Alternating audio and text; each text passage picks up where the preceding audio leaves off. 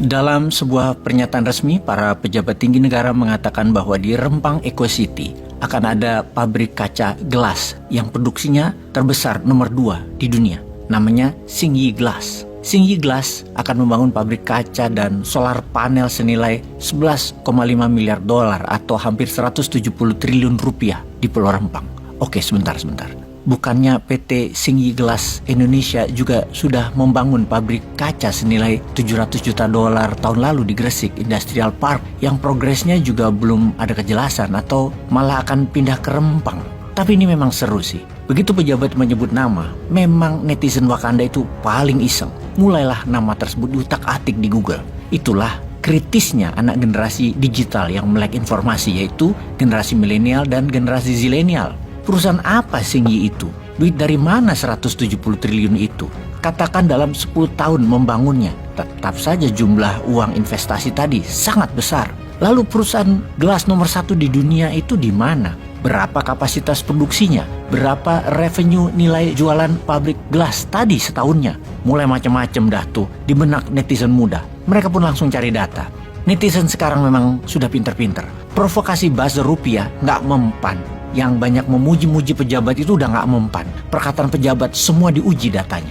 Misalnya, pejabat menyebut Xingyi akan mendirikan pabrik gelas nomor 2 di dunia. Maka di tangan ini langsung mencari siapa penghasil pabrik gelas nomor 1 di dunia. Dan terlampir ini adalah daftar 9 gelas manufaktur di dunia, yaitu nomor 1 Beijing Glass Group dengan nilai penjualan per tahun 80 billion dolar. Dulu namanya Peking Glass, berdiri tahun 1940. Kemudian nomor 2 Saint-Gobain dengan nilai penjualan 56 billion dolar. Berdiri sejak tahun 1665, berkantor pusat di Paris, Prancis. Kemudian nomor 3 Pittsburgh Plate Glass Industry, nilai sales per tahunnya 17,5 billion. Berdiri sejak tahun 1883 di Pennsylvania, Amerika. Nomor 4 AGC, nilai sales penjualan per tahun 15,3 billion. Bermarkas di Tokyo, berdiri tahun 1907. Nomor 5 Corning, nilai sales penjualan per tahun 14,2 billion, berdiri sejak tahun 1851 di Corning, New York, Amerika.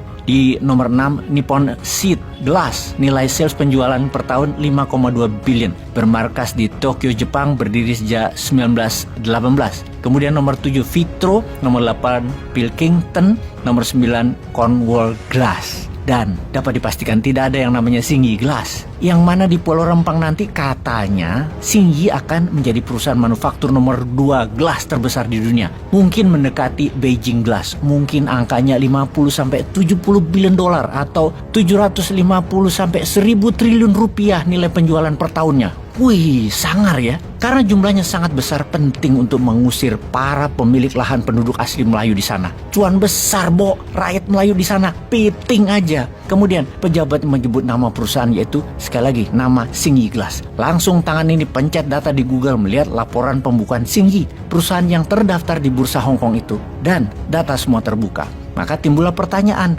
masuk akalkah nilai uang 11,5 miliar dolar untuk dimiliki perusahaan yang berbasis di Hong Kong ini? Yang malah aneh, mengapa memilih Pulau Rempang yang masih greenfield, yang harus membangun banyak infrastruktur seperti pelabuhan, jalanan, dan sarana lainnya? Kalau kita baca Consolidated Financial Statement Xingyi Glass Holding Limited di annual reportnya tahun 2022 yang diaudit oleh EY, Ernst & Young, ternyata pabrik dan penjualan mereka sendiri tak sebesar omongan pejabat Indonesia. Nilai property, plant, equipmentnya sebesar Hong Kong dolar 17,5 billion atau hanya 2,2 miliar dolar atau billion dolar Amerika, dengan sales revenue 3,4 billion dolar Amerika. Di mana segmen terbesarnya adalah 68% justru jualannya di Tiongkok, bukan di dunia.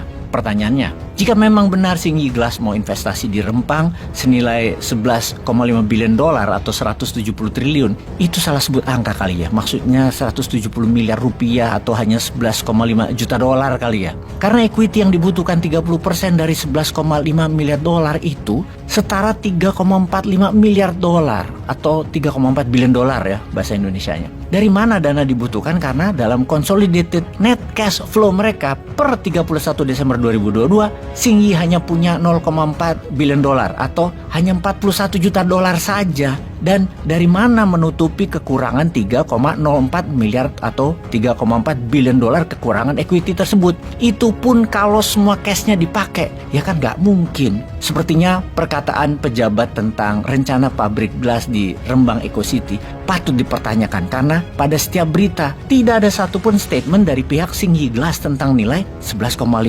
billion dolar ini. Info-info pejabat seperti ini ada baiknya para pihak yang menyatakan misalnya seperti Opung dan Tesla, ya jangan Opung aja yang buat pernyataan, pejabat Teslanya juga. Atau pejabat dan pengusaha mana deh yang mau bisnis, join komitmen untuk buat pernyataan bersama, jangan sepihak begitu terus. Ini semua supaya tidak ada dusta di antara kita, supaya tidak ada air mata dari gas air mata di antara kita, supaya tidak ada warga Melayu yang sakit hati sama Tiongkok yang difasilitasi oleh pejabat. Juga tidak ada rakyat yang tidak respect sama tentara dan polisi jadinya. Wahai pejabat, demi apa sih kalian semua ini? Peace.